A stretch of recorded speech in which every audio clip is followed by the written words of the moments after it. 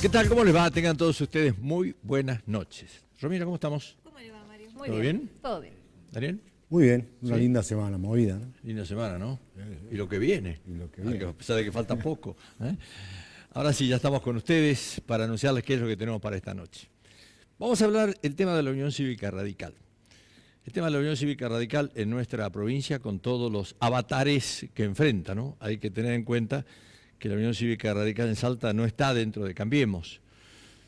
Por lo tanto, funciona como partido totalmente independiente. Bueno, independiente es una forma de decir, ¿no? Después le vamos a contar por qué. Pero independiente al fin. O sea, no está con lo que pasa a nivel nacional, que bueno, la Unión Cívica Radical fue lo que le sirvió al PRO para instalarse en todo el país, y el que tuvo el crecimiento efectivo fue precisamente el PRO. O sea, el PRO con Cambiemos hoy es el partido político más importante. Es más importante que el Partido Justicialista como partido y es más importante que la Unión Cívica Radical. Creo que de esto no hay ninguna duda. En Salta, la Unión Cívica Radical decidió ir sola, o sea, era muy difícil de explicar. O sea, provincialmente no estamos dentro de Cambiemos, pero a nivel nacional sí estamos dentro de Cambiemos. Una situación realmente compleja para el electorado. Claro, en esta elección la cosa está más peleada. ¿Por qué? Y porque viene la elección de gobernador. O sea, la Unión Cívica Radical, si sigue fuera de Cambiemos, va a tener que elegir gobernador y va a tener que salir a competir como partido en toda la provincia. Una tarea no sencilla, no fácil, porque además no son muy bienvenidos, me imagino, dentro del gobierno nacional. Diciéndole, bueno, ustedes están fuera del PRO, arréglense. Ahora, si entran dentro del PRO con Cambiemos, y tendrán que ajustarse a la normativa nacional que tiene Cambiemos. ¿Quién es el candidato de Cambiemos? Por lo menos hasta ahora, a gobernador de la provincia, Gustavo Sáenz. Si va sola la Unión Cívica Radical, tendrá que enfrentarse precisamente a la figura de Gustavo Sáenz como a la figura que ponga el peronismo y que a la figura que pongan cada uno de los partidos. Claro, primero tendrán que ir a las internas, o sea, hay un largo trámite, pero cuando uno ve el resultado final y dice, che, al final cuando haya que presentar las listas el año que viene, ¿y qué va a hacer la Unión Cívica Radical? La Unión Cívica Radical tiene elecciones ahora en agosto. Parece que hay mucha gente que no está muy de acuerdo con la conducción ni cómo se están manejando las cosas. Gustavo Sáenz cada vez está ocupando más lugares de los que tenía la Unión Cívica Radical dentro de este arreglo nacional. ¿Por qué? Y porque dice, bueno, si ustedes están afuera, seguramente esto me permite a mí también ocupar lugares, como pasó recientemente con Lancés. Bueno, esta noche vamos a estar con gente de la Unión Cívica Radical, vamos a estar con el diputado Humberto Vázquez, vamos a estar con Raúl Córdoba, que es concejal, y vamos a estar con Federico Núñez Burgos, que es el hombre que estaba en Lancés, y en este momento le dijeron hay que dar un paso al costado, porque ese cargo se necesita, esto lo digo yo, no lo dijo él, se necesita para que Gustavo Sáenz cumpla con un compromiso que tiene y lo va a llevar adelante en su línea de conducta. Ahora, yo me pregunto una cosa. Cuando usted lo ve a Gustavo Sáenz, ¿no? Hoy lo estaba viendo en fotografías con gente del gobierno nacional y yo digo siempre que es muy difícil sacarle a Gustavo Sáenz la imagen de peronista. Fue peronista toda la vida. O sea, esto no hay ninguna duda. O sea, nació siendo peronista. Y yo no sé si eso se puede perder. O sea, ¿usted cómo lo ve a Gustavo Sáenz? ¿Lo ve como un hombre de Cambiemos? ¿Lo ve como un hombre del PRO? ¿O lo ve como un hombre que está cerca de la gente permanentemente? Eso es lo que es Gustavo Sáenz. O sea, puede ir, cantar en un lugar, acaricia a la gente, lo hace con cariño, lo viene haciendo toda una vida política. Entonces, que coyunturalmente pueda estar dentro de un conglomerado de partidos donde él va a la cabeza, sí, pero yo no le veo nada de trabajar con metodologías a Gustavo Sáenz. Lo veo trabajando con la gente y preocupado por la gente. Por lo tanto, yo lo califico como un hombre peronista. No creo que eso sea una ofensa para él. Por más que esté o que pueda integrar otro partido o otros arreglos de partidos. Pero esa es la figura. Ahora, ¿quién lo acompaña a Gustavo Sáenz? A ver, ¿quién lo acompaña? Martín Grande. ¿Usted le ve a Martín Grande pinta de peronista? Betina Romero. ¿Usted la ve a Betina Romero con pinta de peronista? Juan Carlos Romero, que ahora está haciendo una guerra increíble a Gustavo Sáenz por la reforma de la Constitución. Porque Romero se encaprichó con que quiere la reforma de la Constitución este año. Y lo está apretando dentro de lo que puede al propio gobernador de la provincia. Y lo está llevando este tema a los diputados nacionales. ¿Por qué? Y seguramente porque quiere copar el Partido Justicialista. ¿Y por qué quiere copar el Partido Justicialista, Juan Carlos Romero?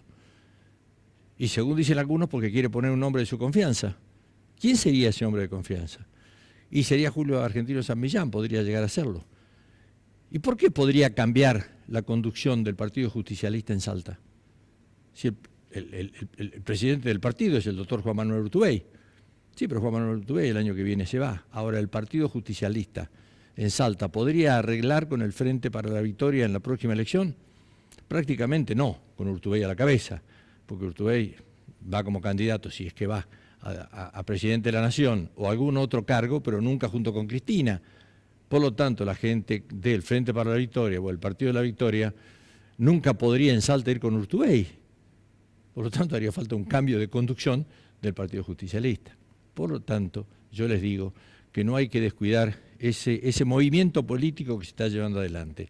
Claro, esto le va a traer a más de uno un dolor de cabeza. Yo me imagino, cuando me escuche esta noche el doctor Manuel Santiago Godoy, presidente de la Cámara y un hombre del Partido Justicialista, el hecho de que pueda tener de vuelta ahí adentro, impulsado por Romero, la figura de Julio Argentino San Millán, y realmente va a dar para pensar. Bueno, el primer bloque que tenemos vamos a hablar de la Unión Cívica Radical. Segundo bloque vamos a hablar de economía. ¿Qué pasó en nuestra provincia? A ver, hace 2 años atrás estaban las candidaturas de Scioli a nivel nacional y estaba la candidatura de Macri. La gente que dijo, Macri, ¿por qué? No queremos más aquello.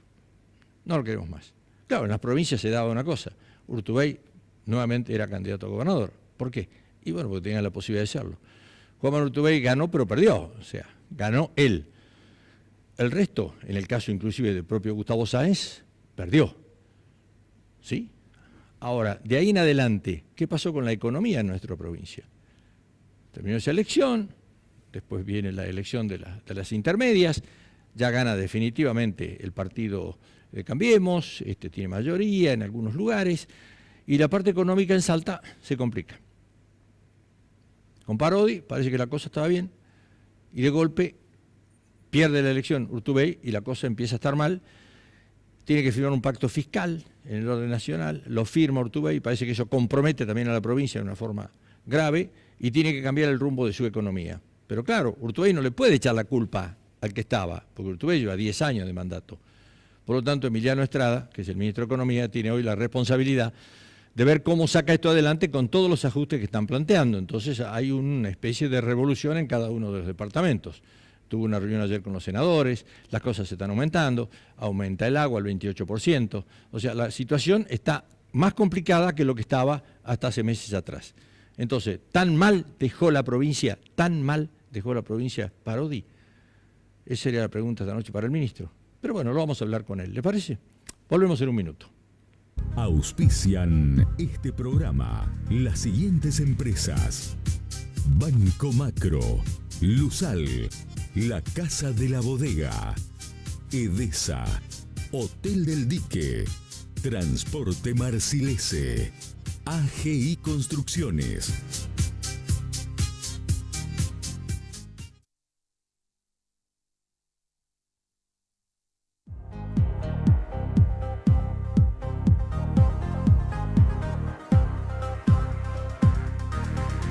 Bueno, Radicales en Acción se llamaría este bloque, ¿sí?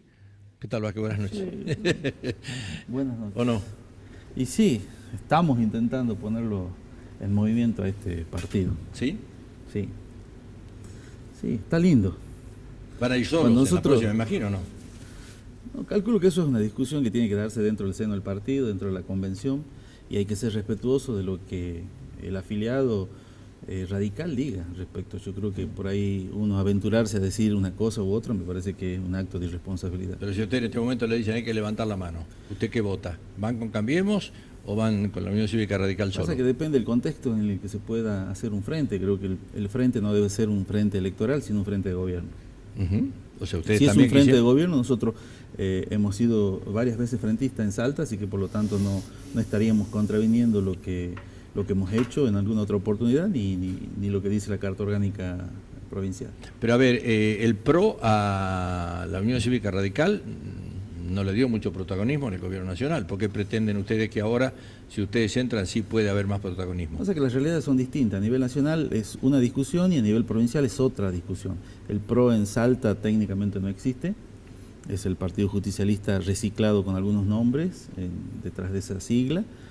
Entonces la discusión es distinta. Entonces nosotros creemos que que un frente provincial debe tener a la Unión Cívica Radical como protagónico. No me parece que nosotros seamos lo que tengamos que estar empujando un carro ajeno. Noy Burgos, ¿cómo te va? Muy buenas noches. Buenas noches. ¿Cómo lo ves vos esto? Bueno, la verdad que la lectura que hace Humberto Vázquez es bastante aproximada a lo que nosotros también planteamos. Nosotros entendemos que es necesario tener cautela en esto, mirar con cuidado cómo vamos a configurar el frente, pero indudablemente desde el sector que venimos construyendo queremos poner el esfuerzo para que el radicalismo forme parte de esta coalición que es Cambiemos. De hecho forma parte de esta coalición que es Cambiemos. Lo importante aquí también es sentarnos a conversar con los demás socios de la coalición para determinar cómo es que vamos a transformar este frente en un frente de gobierno, en un frente que efectivamente sea participativo, sea amplio, permita debates internos, nos permita sobre todo plantear estas particularidades que tiene la visión radical respecto de todo lo que está pasando en nuestra provincia, y yo creo que es el debate que viene. Nosotros estamos planteando la necesidad de, obviamente, de participar en las elecciones internas, y en esta participación de las elecciones internas vamos a llevar como oferta, como propuesta a nuestros correligionarios, la integración del frente, una integración inteligente, una integración atractiva, una integración que efectivamente nos permita gestionar políticas de gobierno. Ahora, si ustedes no estuvieron en la última elección dentro de Cambiemos, ¿por qué creen que Cambiemos aceptaría que ustedes puedan participar de esa mesa de conducción en un gobierno provincial o municipal? Pasa que el Cambiemos que se puede venir, no es el Cambiemos que usted vio en la elección anterior. Estamos hablando de otro Cambiemos. ¿Sí? Estamos hablando de otro contexto. Creo que hay que rediscutir un montón de cosas. Por ejemplo. Y el rol fundamental de la Unión Cívica Radical dentro de ese esquema, porque no me parece de que sea hoy Gustavo Sáenz el representante de Cambiemos, por lo menos dentro de lo que conceptualmente se hizo a partir de Gualeguaychú, no es precisamente eso el Cambiemos que nosotros firmamos en Gualeguaychú. O sea, que ¿esto qué significaría? Que si ustedes entran dentro de Cambiemos, tendrían que ir o quisieran ir a una interna para la elección de gobernador. Bueno, probablemente el radicalismo entrando en Cambiemos tenga sus propias candidaturas. Eso además está dentro de la posibilidad que plantea el frente. Me parece que el Cambiemos de 2019, es un Cambiemos distinto al 2017 y un Cambiemos distinto al 2015. Nosotros en 2015 estuvimos en el frente Cambiemos a nivel nacional, a nivel provincial, participamos también configurando un frente, y esto tiene que ver un poco con lo que venimos diciendo. Nosotros por lo menos desde 2003 venimos pregonando la configuración de frentes electorales. El radicalismo creo que ha llevado, o ya tiene, más de 10 años de este debate interno, y hoy hay un consenso por lo menos básico de la necesidad de configurar estos frentes electorales. No hay posibilidades fácticas, digamos, de que un solo partido gobierne en Salta, en Tucumán o en Jujuy, y mucho menos a nivel nacional. Es claro que la sociedad nos está pidiendo que como responsables de la política ampliemos nuestra visión, ampliemos la participación, incorporemos actores, incorporemos independientes, y entonces es necesario configurar esas herramientas políticas. Está bien, pero ustedes se dan cuenta que fueron partes del crecimiento de un monstruo, ¿no? O sea, a ver, cuando ustedes en Gualeguaychú deciden, resuelven, donde todo el mundo se va a divertir a través de los carnavales en Gualeguaychú, ustedes se fueron a pelear, ¿no? Y en esa pelea fuimos a ponernos de acuerdo. Fueron a ponerse de acuerdo. En esa confrontación de ideas, lo que salió es que se formaba esto. En esa formación, un hombre que ocupó un lugar importante fue Ernesto Sáenz, un hombre confiable, un hombre realmente bien visto por la ciudadanía. Sin embargo, al otro día de asumir Macri, por razones personales, dijo: yo me voy a mi casa, voy a seguir acompañándolos. Pero nunca se supo de un radical que esté dentro de un cargo importante del gobierno nacional o que tenga alguna decisión. Al contrario, no hay políticos dentro de Cambiemos. El gobierno nacional se maneja con técnicos y con gente que se maneja con la técnica y no con el sentimiento de la gente. O sea, esto creo que es real. Y hay un solo señor que maneja, que se llama Macri, que puede tener acercamiento con la gente. Después los ministros son inexistentes para la gente, ¿o no? Bueno, la verdad es que el perfil del gobierno de Macri es básicamente ese, es un perfil básicamente técnico. De hecho, los cargos nacionales se eligen por una serie de antecedentes empresariales. De antecedentes y ciertos grados digamos, incluso de entrevistas, ¿no? Digamos, o sea, hay toda una preselección bastante novedosa, por lo menos para la política argentina. Sin embargo, fíjate que el radicalismo es más de la mitad del interbloque Cambiemos o del bloque Cambiemos en Cámara de Diputados de la Nación. Motivo por el cual, como bien lo planteaba Mario Negri, somos los radicales los que de alguna manera estamos en condiciones o de aceptar o de proponer o de plantear cosas. Hay que retomar ese rol. En estos días se discute sobre 8 provincias, incluyendo Capital Federal, en las cuales Cambiemos podría llegar a ganar. De las 8 provincias, Mario, 5 estarían gobernadas por radicales. De allí en más, hay otras 3 que, bueno, quedarían para manos del PRO. Ahora pregunto, esas provincias que podrían ganar, que son radicales, ¿sí? Si fueran radicales solo como radicalismo, sin estar en Cambiemos, ¿podrían llegar a ganar una elección? Y probablemente sería mucho más difícil. Habría un par de provincias en las cuales seguramente no tendrías problemas, pero en el resto es claro que la coalición Cambiemos es una coalición altamente atractiva y que en estos espacios donde hay un radicalismo renovado, un radicalismo fuerte, un radicalismo fortalecido, con propuestas en la calle, está en condiciones de encabezar esa coalición. Y esto, digamos, nos hace pensar que dentro de Cambiemos somos una parte importante de Cambiemos. Quizás los radicales tenemos que mirarlos desde otro lado. Habitualmente cuando conversamos esto decimos, a ver, ¿y quién va a ir a la cabeza? Bueno, quizás esta vuelta nos toca ser parte del cuerpo y quizás parte de la bandera, y creo que es lo que hay que ir madurando progresivamente. Uno de los grandes temas de la coalición Cambiemos 2017, y es una opinión muy personal, es que no dimos el debate a tiempo.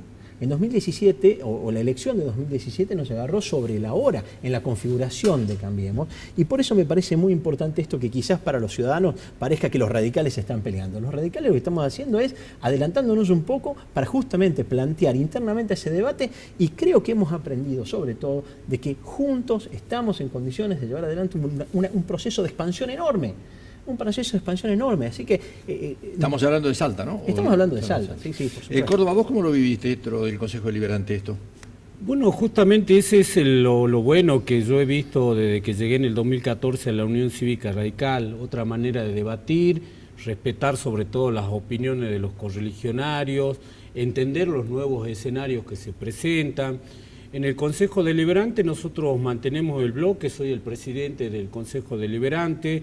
He charlado con mi correligionaria con respecto a sumar, digamos, en el sentido, sobre todo en el caso tanto personal como el de Sandra Varga, experiencias nuevas, porque primera vez que ocupamos una banca legislativa en el Consejo Deliberante, justamente que es el órgano a donde uno tiene un contacto directo con el vecino, entonces son muchísimos los temas que llegan.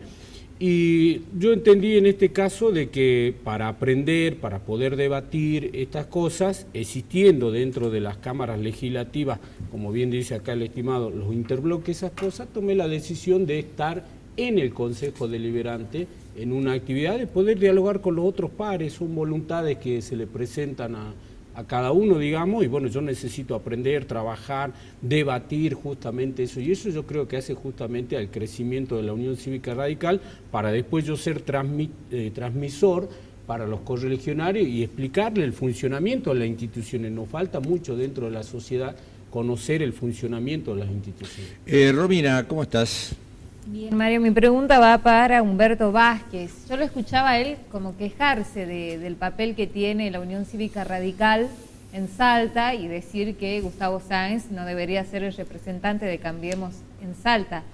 Sin embargo, yo le quiero consultar si no le parece que ese lugar preponderante que hoy tiene el intendente de Salta dentro de Cambiemos fue un poco también responsabilidad de la conducción de la Unión Cívica Radical, es decir, del presidente de la Unión Cívica Radical en Salta, por su acción o inacción aquí en la provincia. No, nosotros, a ver, Miguel Nani puede tener virtudes y errores en el ejercicio de su función, pero la decisión de que Sáenz se haya pasado a Cambiemos o haya cambiado él, es una decisión que tomó como una cuestión oportunista. Y desde Buenos Aires también se vio por ahí la necesidad de que ellos necesitaban un representante que de alguna forma pueda llevar las siglas de Cambiemos. Es decir, es el hambre con un sándwich, más o menos, por figurártelo de alguna forma. Entonces tampoco había demasiadas posibilidades nosotros los radicales de poder ocupar ese lugar, porque primero que no teníamos la intendencia y naturalmente no tenemos ejecutivos municipales de importancia. Entonces, Sáenz fue una solución para el Cambiemos de Buenos Aires y naturalmente para Sáenz también es una solución estar vinculados a Cambiemos a nivel nacional. Daniel, estamos con vos. Para Núñez Burgos, Núñez Burgos, usted es historiador, está vinculado a la disciplina histórica, conoce de ciencia política, es licenciado.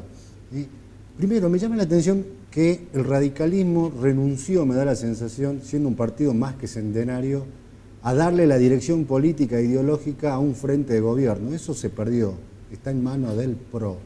Y eso llevan trayéndolo a Salta.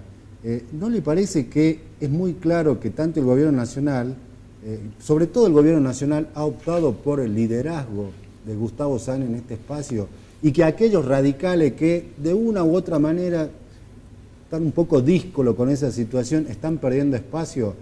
Primero la Dirección General de Empleo, que la usaba Chiván, ahora ocupada por un tipo del entorno de Sáenz.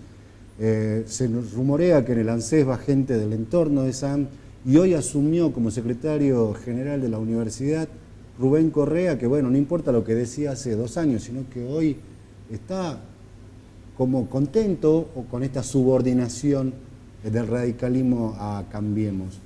¿Lo están sitiando?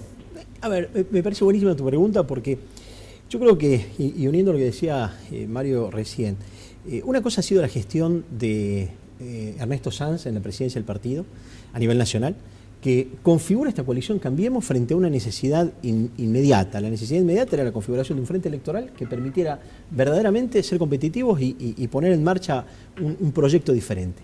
Me parece que el error fundamental está puesto en la conducción intermedia entre Sáenz, entre Ernesto Sáenz, y la actual conducción de Cornejo, el gobernador de Mendoza.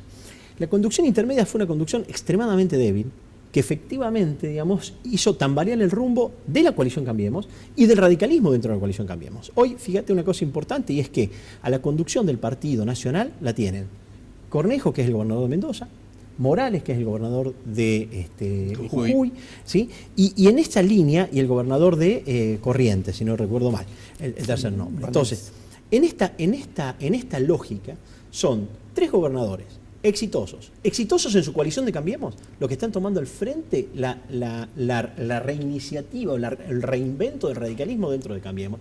Y la verdad es que yo tengo mucha fe en eso. Tengo mucha fe en eso porque, como te decía recién, si yo hago una visión de 8 gobernaciones posibles para Cambiemos, de las cuales 5 pueden estar encabezadas por radicales, y de esas 5 estamos hablando de que 3 de ellas son las que están conduciendo los destinos del partido, me parece que estamos en un proceso de franca recuperación y al mismo tiempo, digamos, de elementos mucho más sólidos. Creo que Cambiemos sigue siendo una gran herramienta política y entiendo que lo que tenemos que hacer en Salta es configurarnos nosotros los radicales, convencernos nosotros los radicales de cuál es el rol que queremos cumplir. Fíjate que los radicales habitualmente cuando nos ponemos en esta disyuntiva, ¿qué es lo que hacemos? Antes de resolverla, nos vamos a la intransigencia histórica, terminamos discutiendo lo que hubiera hecho Alem allá por 1890 y entonces resolvemos, ¿no es cierto?, un cerramiento enorme. Y la sociedad que nos dice, bueno muchachos, sigan ahí encerrados que la van a pasar bárbaro. Y buscan soluciones. Creo que hoy el radicalismo tiene que cambiar esa visión para empezar a dar soluciones, sin perder nuestros principios. Nuestros principios son claros, son fuertes, son potentes, son los principios de la gente que nos necesita. Nosotros tenemos graves problemas en la provincia, tenemos una situación social que tenemos que enfrentar de lleno, posiblemente una reforma constitucional sobre la cual tenemos cosas que decir, y es ahí donde tenemos que estar. Entonces, insisto, me parece que la nueva conducción del Comité Nacional va a dar mucho que hablar en los próximos meses y creo que el radicalismo de Salta tiene que estar subido en ese tren. Las reuniones de Miguel Nani como presidente de la Unión Cívica Radical o como diputado nacional junto con Gustavo Sáenz, ¿están directamente relacionadas a este tipo de charlas, de ver que se puedan incorporar a Cambiemos ustedes en la próxima elección o no? Yo desconozco de la reunión y por lo tanto los términos de eso. Sí, yo tampoco conozco las reuniones, ¿no? ¿Qué son reuniones secretas? No sé. Evidentemente públicas no han sido. O sea, ¿se hacen públicas en este momento?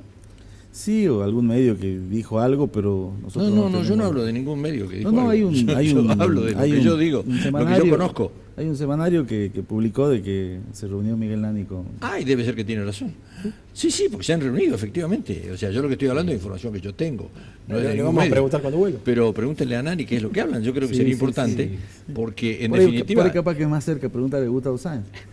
Gustavo Sáenz vive prácticamente el 50% o gran parte de su tiempo con Cambiemos en Buenos Aires. Así bueno, que entonces también estará en contacto con algún radical allá, me imagino. Capaz por ahí fue un viaje en el avión juntos. No, fue en el despacho del intendente. Ah, No sabían. yo lo sabía pero no sé los términos en que... Bueno, de lo que se hablaba. de todas maneras, yo creo que este año va a ser decisivo. En agosto tienen ustedes la convención. Bueno, ahí se resolverá. Tenemos Hay elecciones también generales. cambio, hay cambio de elecciones, cambio de autoridades o no, de acuerdo a lo que decida el afiliado.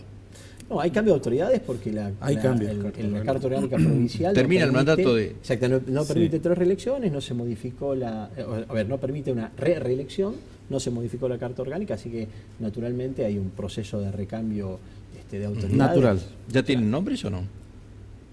Y uno de los candidatos es Alejandro Sarabia. Otro sería... Alejandro Sarabia. Así es. Sí. Otro Nuestro sería... columnista. Claro. Ajá. El otro sería Mario Mimesi. Y bueno, Se están reacomodando las Por ahí las líneas nosotros- internas. nosotros estamos viendo también... Bueno, armar ve que, algo, ve pero que bueno, ustedes se enteran cosas acá y yo también me entero cosas acá. Bueno. En la mesa acá, intercambiamos información, ¿no? Probablemente, Dan noticias, dan primicia. probablemente yo lo vea más seguido al columnista. Ah, puede ser, también, puede ser. Eso, correcto. Bueno, ustedes hablan de política, nosotros hablamos de periodismo. Claro. ¿eh? Bueno, les deseo lo mejor, muchachos. ¿eh? Muchas gracias. Gracias por la presencia de ustedes. Gracias. Volvemos en un minuto nada más.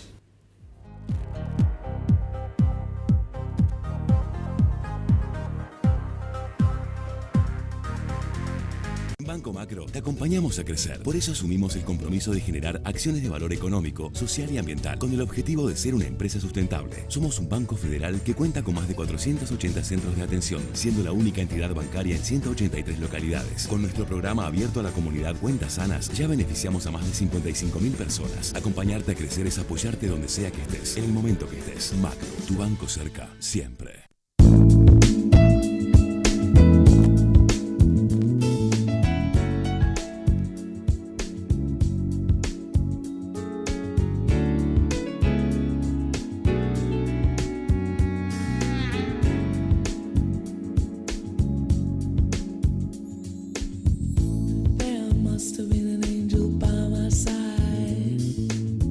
La sensación de sentirnos seguros es única. Nuestros seguros lo acompañan toda la vida y eso significa tranquilidad. Instituto de Salta. Seguros para toda la vida con el respaldo de Swiss Medical Group.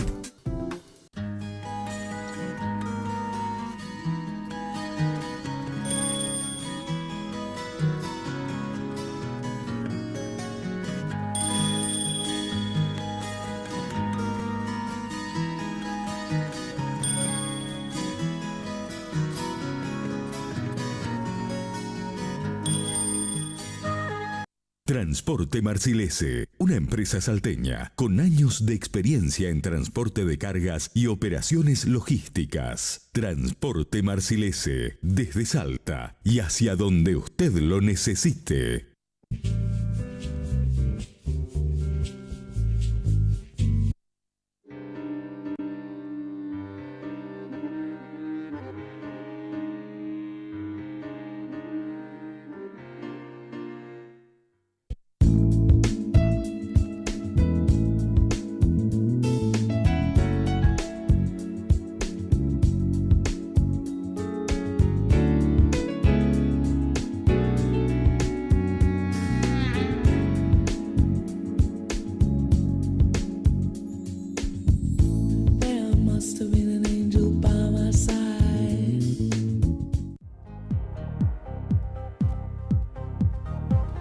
Bueno, ya estamos nuevamente, lo presentamos. Ahora sí le damos la bienvenida al doctor Alejandro Sarabia. Alejandro, buenas noches.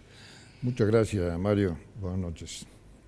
Bueno, hoy vamos a hablar un poco también de la reforma constitucional, puesto que si bien habíamos dicho la última vez que los protagonistas no eran los sindicatos, ahora tenemos que analizar acerca de la oportunidad de esa reforma y de algunos de los contenidos de la reforma. En cuanto a la oportunidad, dijimos en la anterior columna que se cerraba ahora un ciclo de 24 años, por lo que veíamos inconveniente que los mismos protagonistas del ciclo que se cierra sean también los que avancen sobre el ciclo que se abre. Por eso no es oportuna. Tampoco es oportuna hacer esta elección de convencionales constituyentes junto con una elección de presidenta y vice, de gobernador y vice, de senadores nacionales y diputados nacionales, de diputados y senadores provinciales, intendentes, concejales, porque la reforma de una constitución es la reelaboración de un pacto fundamental de una sociedad. Y cuando se trata de eso, son de cosas serias. Y los convencionales constituyentes, en principio, tienen que explicitar lo que van a hacer y explicarle cuestiones técnicas, porque la cuestión constitucional no solo es una cuestión vivencial, sino que también es una cuestión técnica. Por eso no es oportuna, no es oportuna. Y en cuanto a los contenidos, los dos primeros contenidos que vi en algún acta por ahí es impedir una segunda reelección en todos los cargos selectivos. Eso no estaría mal, la verdad que no estaría mal, porque hay un abuso. Hay un abuso por falta de virtud, por falta de virtud republicana, porque la república lleva íncita la idea de la alternancia, la idea del cambio. En la antigua Grecia los cargos se designaban por sorteo y el que salía sorteado en un mandato de un año ya no podía postularse. De todo modo que con eso se garantizaba que todos los habitantes de la polis podían gobernar durante un año. Esa era una experiencia política. Yo no aspiro a eso, pero por lo menos hay una cuestión virtuosa, de saber cuáles son los límites. Esa es una. Entonces creo que eso sí tendría que entrar en una reforma constitucional, ya que no somos tan virtuosos como para darnos cuenta, tomar la autoconciencia de la autolimitación. Y el otro tema es un poco más técnico, y es el tema de la inamovilidad de los jueces. Todos los jueces, salvo la cabeza del Poder Judicial, la Corte de Justicia, son inamovibles. Si se busca la independencia de los jueces por vía de la inamovilidad, hay un yerro en el camino. Una cosa es la inamovilidad, que es una especie de garantía, y otra cosa es la independencia. La independencia depende de la madera con la que esté hecho el juez. Por ejemplo, los 12 jueces federales Comodoro Pi son inamovibles. Ollarvide era inamovible. ¿Y eran independientes?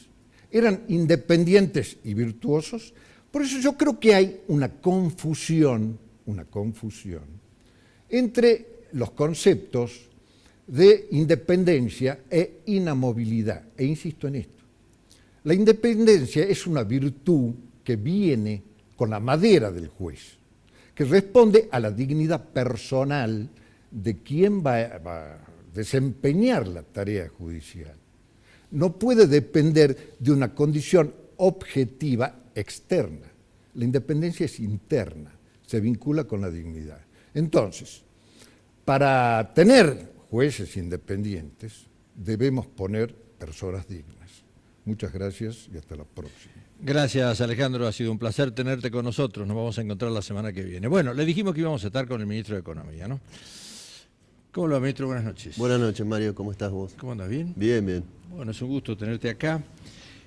Además de haber conocido tu historia personal a través de tu padre, de tu madre. Bueno, en Salta uno conoce, a los que tenemos algunos años en esto, conocemos un poco la madera de donde se viene, ¿no? Así es. Tenemos esa suerte. ¿Cómo llegás a ser ministro de Economía de la provincia? Yo llego a ser ministro, bueno, primero yo estaba en Buenos Aires, estuve 14 años en Buenos Aires, yo tengo una consultora de economía y decidí volver hace un año a la provincia en un marco de decisiones personales y profesionales, y empecé a trabajar acá con base en Salta y en Buenos Aires, y en el medio de eso empecé a tener vinculaciones por lo profesional con algunos miembros del gabinete. Con el jefe de gabinete hemos trabajado muchas cuestiones en conjunto en el ámbito profesional, y entonces sobre finales del año pasado, cuando el gobernador decide hacer algunas reestructuraciones dentro del gabinete, soy convocado en ese marco para formar parte de un gabinete que tuviera una fuerte impronta económica. Y bueno, el jefe de gabinete y el propio gobernador creían que mi mirada podía aportar algún valor agregado, digamos, a lo que era la necesidad de gestión que tenía, sobre todo para estos 2 años de final de mandato que tiene el gobernador. Y en ese marco fue la decisión de convocarme, y yo desde luego que lo que más me entusiasmó, digamos, de la convocatoria fue la madurez institucional que tiene Salta, que se refleja también en ser una de las pocas provincias no intervenidas de Córdoba para arriba en la época de la democracia, y en el caso puntual de lo que era la gestión económica, decir, bueno, por fin alguien que, independientemente de que se está yendo dentro de 2 años y no tiene reelección, está pensando en tratar de dejar fiscalmente lo más ordenada posible la provincia. Así que creo que eso tuvo también un plus a la hora de aceptar el cargo, porque uno trabaja con la tranquilidad de la no especulación temporal ni la especulación política, digamos. Yo sé que esto es un trabajo que se termina en 2 años y que no hay una especulación en lo personal, ¿no? de mantenerme los próximos 3, 4 mandatos de un gobernador como ministro, ni tampoco especulaciones políticas. Entonces eso da una tranquilidad de trabajo bastante importante. Ahora, cuando vos decís que tenés relaciones, tuviste relaciones con en ese momento ministro de Gobierno, ¿estás hablando de Yarade o estás hablando de Carlos Parodi? De Yarade. De Yarade. Sí. Vos sabés que nuestra provincia, yo creo que después de la gobernación, o cuando comienza la gobernación del doctor Juan Carlos Romero, cuando se producen los 5.000 despidos en la provincia, ahí se normalizó una situación que hasta el día de hoy afortunadamente sigue vigente, que es el pago de los sueldos a la gente. Sí. O sea, uno de los motivos que llevaron precisamente al doctor Juan Carlos Romero a la gobernación es porque la gente estaba mal, venía de un gobierno de Ulloa que la verdad que la tenía muy complicada, y los sueldos venían atrasados con 2 o 3 meses. Sí. No es que la gente no cobrara en 3 meses, sino que iba cobrando en partes, y bueno, no era una situación normal. Si hay algo que se impuso de Juan Carlos Romero el día que asumió, y sigue hasta el día de hoy, afortunadamente, porque siguió con todo el gobierno de Juan Carlos Romero y después con todo el gobierno de Urtubey, es el pago de los sueldos en término. Sí. O sea, los sueldos siempre el día 31, el 1, el 2, va a tardar el 3, ya la gente tiene el dinero en su bolsillo. Yo creo que ha sido una de las bases económicas que mantuvo el gobierno provincial. Dentro de esos ministros que manejaron esta situación, junto con los gobernadores, han pasado varios, pero no tantos. Sí. O sea, Yarade, Parodi, tal vez los más nombrados en su momento, David en otro momento, o sea, toda gente de una línea más o menos similar en lo que hace a la concepción del poder económico. Sí.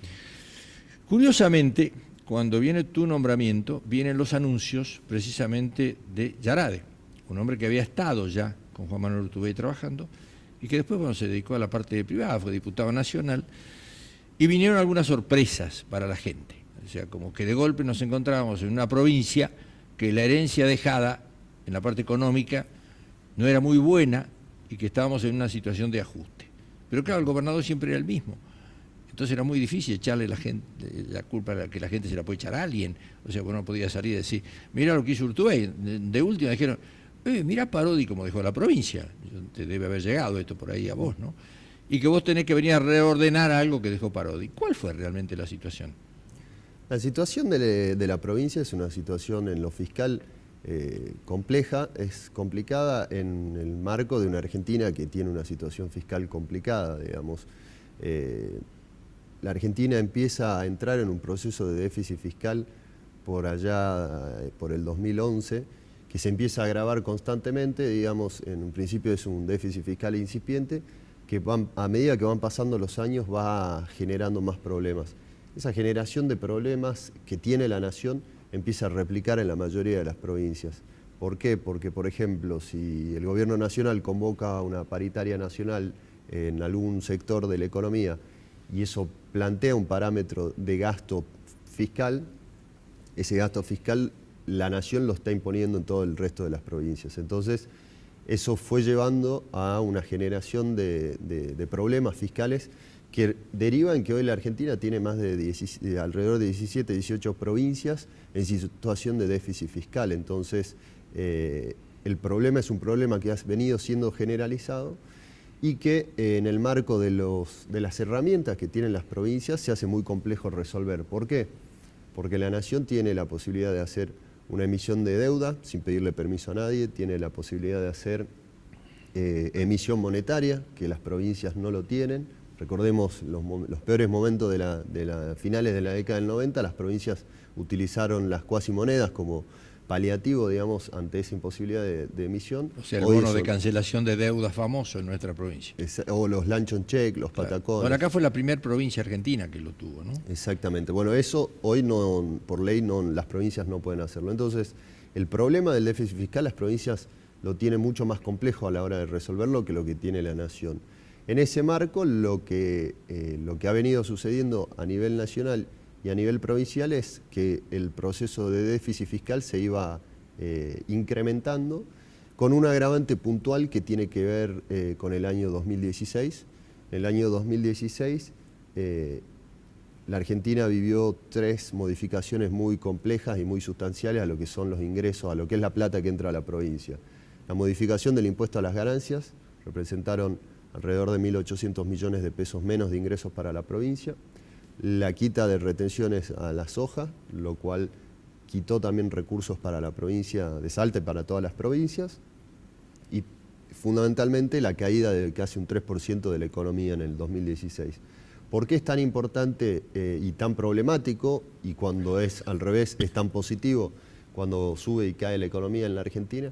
Porque casi un 75% del PBI, o sea, de lo que es la economía argentina, es consumo. Que eso no sucede en otros países por ahí más desarrollados. Entonces lo que sucede acá es que cuando cae la economía es porque está cayendo muy fuerte el consumo y cuando sube la economía es porque está subiendo fuerte el consumo. ¿Por qué eso tiene vinculación con la provincia? Porque el consumo vincula directamente la recaudación del IVA, que es el impuesto al valor agregado, que es el principal componente de la recaudación nacional, que después se coparticipa con las provincias. Entonces, la caída de la economía en el 2016 pegó muy fuerte en la recaudación nacional y en la coparticipación de las provincias. Entonces se dio la tormenta perfecta porque sacaron retenciones, cambiaron el impuesto a las ganancias y cayó la economía. Todo eso a vos te da una caída de ingresos muy fuerte cuando tu presupuesto de gasto vos lo aprobaste en el 2015. Entonces, estructuraste un presupuesto de gasto y los ingresos fueron por abajo y eso aumentó la brecha del déficit. ¿Y hasta dónde complicó la situación de las provincias el pacto fiscal? Bueno, el pacto fiscal es una...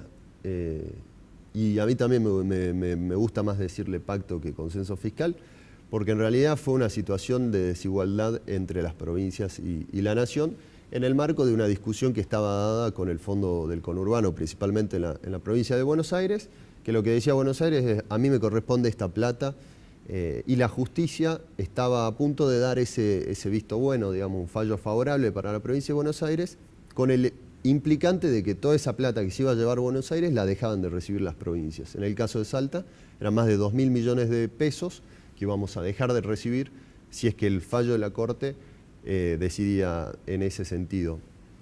En ese sentido, sí, el gobierno nacional estuvo rápido de reflejos políticos, creo yo, en sentar a la mesa a los gobernadores y decir, bueno, veamos la forma de compensar esta pérdida, porque si están todos en déficit fiscal y yo encima les reduzco los recursos, van a estar más complicados. Entonces, la verdad que necesariamente las provincias lo que tuvieron que hacer es adherir rápidamente a ese consenso fiscal. La provincia de San Luis fue la única que no. Eso te lo da la independencia fiscal. Cuando vos tenés independencia fiscal, la independencia económica es la madre de las independencias, entonces después tuvimos en Salta el consenso fiscal que cambió las alícuotas de ingresos brutos, que terminó impactando lógicamente todos los sectores. O sea, el gobernador de la provincia no estaba muy de acuerdo en la firma, pero me parece que por lo que vos planteás no había muchas más alternativas.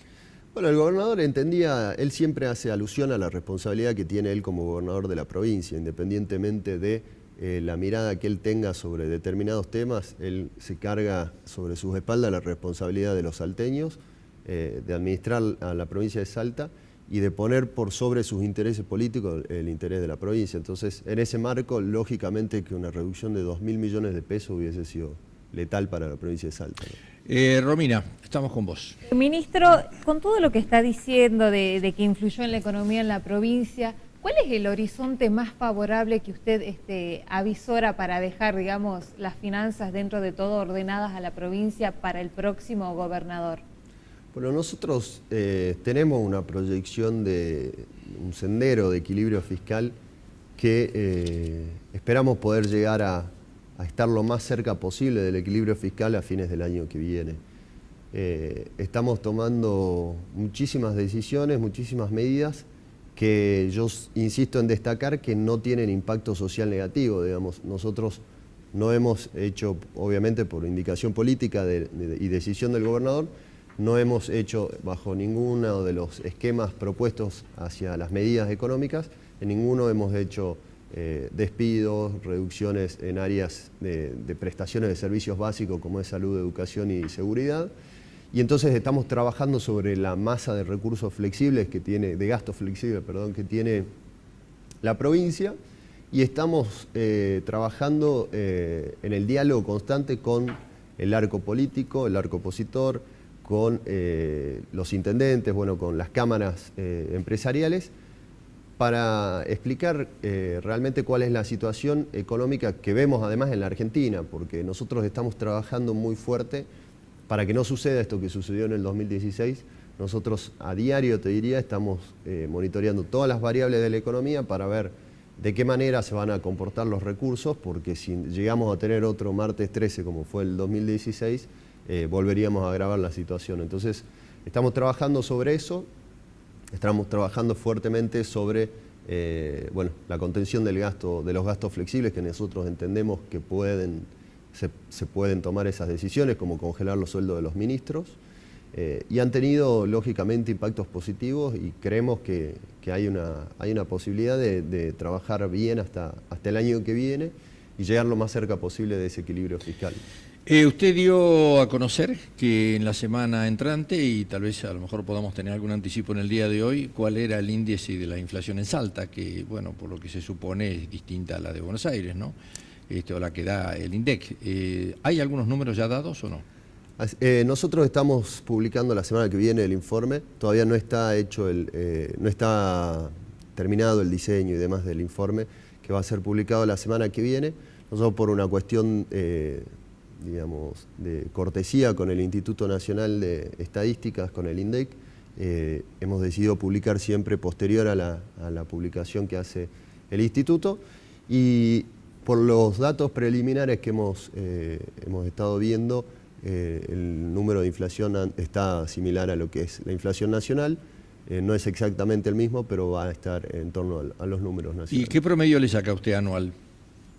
Bueno, yo creo que va a depender muy fuerte de lo que sea la política monetaria que tenga el gobierno.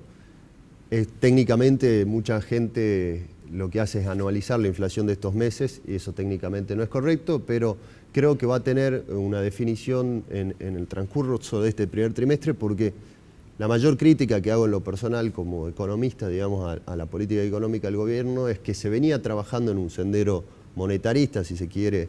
El Banco Central tenía definido qué era lo que quería hacer y de repente el 28 de diciembre dio una conferencia de prensa en la que tiró todo eso por la borda, y hoy la verdad que estamos todos los economistas un poco desorientados sobre cuál va a ser el rumbo monetario del gobierno nacional, y eso lógicamente no permite precisar la inflación para el año. Dicen que los políticos cuando están en campaña no tienen la obligación de decir verdades. Esto ya lo certificó el propio doctor Menem, ¿no? Que cuando le hicieron entrevistas, después de haber dejado la presidencia durante años, dice, pero usted dijo tal cosa. Y bueno, la contestación fue, bueno, si yo hubiese dicho realmente lo que iba a hacer, no me iba a votar nadie. Está circulando permanentemente declaraciones del presidente de los argentinos hoy, de Macri, donde hablaba del tema de la inflación. Y lo tomó un poco en broma al periodista que le hizo la pregunta, fue en Ushuaia esto, donde le dijo, la inflación no es un problema, o sea, únicamente un incompetente no puede manejar la inflación se arregla de un día para el otro. Sin embargo, ahora lo que vemos del gobierno nacional es que la inflación va a llevar largos años para poder resolverse. ¿Usted le ve futuro al proyecto económico del presidente Macri?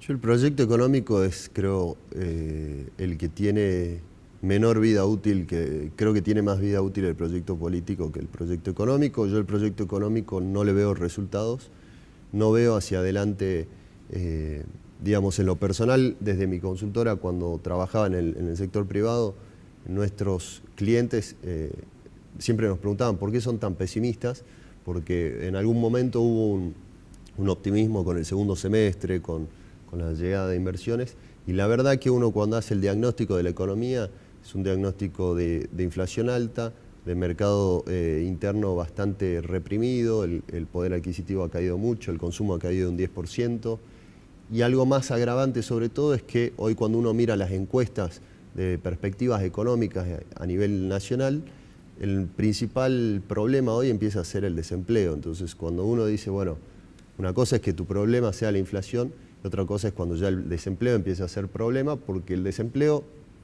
ya va más allá de lo que es la cuestión económica, es un articulador social, y entonces empezás a tener otra vez aumento de deserción escolar, porque los padres se quedaron sin trabajo. Entonces creo que ahí es donde está el grave problema, que no está pudiéndose generar nuevo empleo de calidad. Lo que está sucediendo en la Argentina es que está pasando el empleo registrado a ser monotributo. Entonces, no hay una perspectiva que sea favorable para la inversión. Sumado a nivel internacional, se está complicando muchísimo el escenario internacional con el aumento de tasas de Estados Unidos, que es la principal potencia, lo cual está llevando a que Buenos Aires no haya podido emitir deuda, a que la Argentina esté emitiendo localmente y no esté emitiendo internacionalmente. Entonces, digo, se está configurando un escenario internacional bastante complejo, que si no se toman medidas que cambien el rumbo de la economía, creo que no vamos a tener resultados distintos. Ahora, cuando el gobierno nacional habla de que hay que bajar el costo argentino para poder recibir inversores, ¿qué significa eso?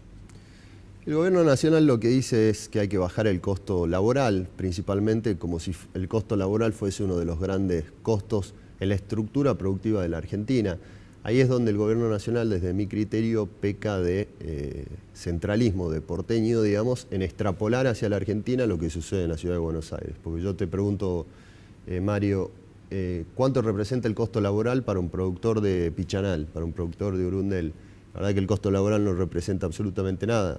Ahora, si discutimos el costo de logística, de transporte, vamos a entrar a resolverle los problemas al interior de la Argentina. Entonces, el gobierno nacional está centrado en una discusión del costo laboral que creo yo no va a resolver los problemas porque excepto en la ciudad de Buenos Aires ya no existen industrias de mano de obra intensiva que peguen tanto en el costo total. Y por otro lado, si uno baja el costo laboral en 2 puntos o 3 puntos, lo que hace es quita poder adquisitivo para ese trabajador, por lo cual todos los que venden algún producto en el mercado interno venden menos y empieza un ciclo recesivo, pero por otro lado, vos hoy no sos competitivo en tema de costo laboral, por ejemplo, con México, pero no sos competitivo por un 60%. Entonces, bajar un 2% el costo laboral no te va a hacer más competitivo a nivel internacional y vas a destruir el mercado interno. O sea, no sos muy optimista con respecto a inversiones que puedan venir a nuestro país. No, esto es una realidad. materia de inversiones. Daniel Ábalos. Ministro, bueno, prescindiendo por lo que escucho, digamos, me voy a remitir al gobierno anterior, prescindiendo de los famosos malos modales, del kirchnerismo, de su actitud patoteril, todo lo que usted quiera, prescindamos de eso.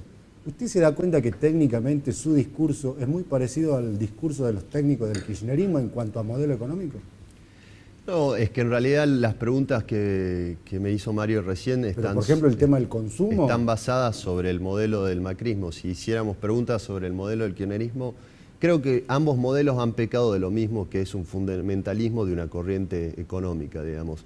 Yo insisto en que el economista tiene que ser un tipo pragmático, no puede tener una mirada netamente monetarista en momentos en los que las tasas de interés a nivel internacional son bajas o altas, no es lo mismo, como tampoco tiene que tener una mirada netamente liberal en lo económico, que es lo que hace el gobierno actual, cuando de repente ves que el Tratado del Pacífico desaparece, que el Brexit empieza a desarmar la Unión Europea, que Trump empieza a ser más proteccionista. Entonces uno no puede ser liberal durante 100 años, tiene que entender cuál es el contexto mundial para trabajar en beneficio de sus habitantes, en este caso los argentinos.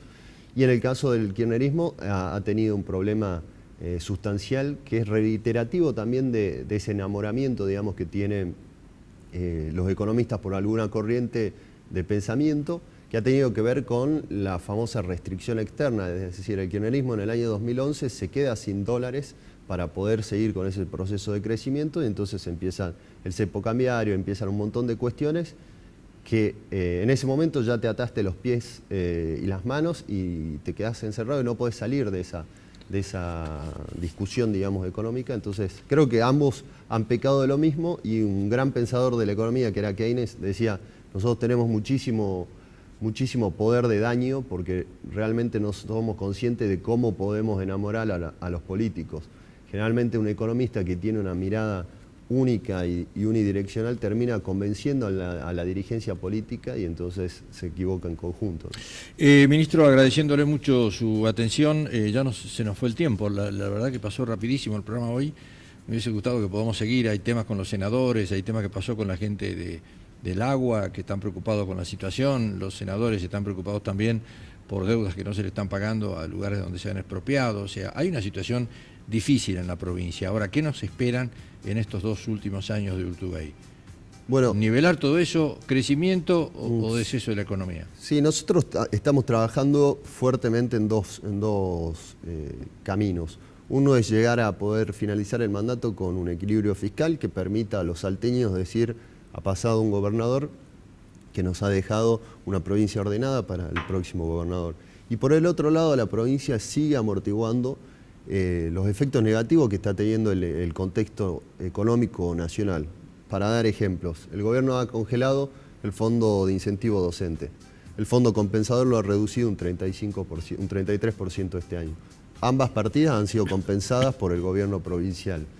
El gobierno está tomando medidas en lo que tiene que ver con salud, con educación, que generan menor recurso y menor capacidad adquisitiva de los trabajadores de esos sectores. La provincia está haciendo frente a eso. Y en el caso, por ejemplo, de lo que es el transporte, por ejemplo, en la ciudad de Buenos Aires, el transporte ha subido desde la asunción del presidente un 130%, en la provincia de Salta lo ha hecho alrededor del 25%. El caso del agua en la provincia de Buenos Aires ha subido más de un 800%, y acá estamos hablando de un aumento del 28%. Entonces la provincia está haciendo un esfuerzo fiscal para que los salteños tengan el menor impacto posible de esas medidas económicas negativas, y para que con eso podamos sostener la actividad económica. ¿Van a dejar deudas para el próximo gobernador? Bueno, el stock de deuda de la provincia tiene muchísimos años. Ha venido reduciéndose ese perfil porque los últimos años, al haber crecido los ingresos de la provincia, el nivel de endeudamiento ha venido bajando, y Salta tiene un nivel de endeudamiento en torno del 38%, lo cual, medido sobre ingresos, lo cual lo hace muy sustentable al perfil de deuda. Gracias, ministro, por su atención. Gracias a vos por la buenas invitación. noches. Bueno, estamos yendo. Gracias, Romina. Gracias, Daniel. Nos encontramos, señora, señor, el próximo jueves a partir de las 10 de la noche. Gracias. Buenas noches.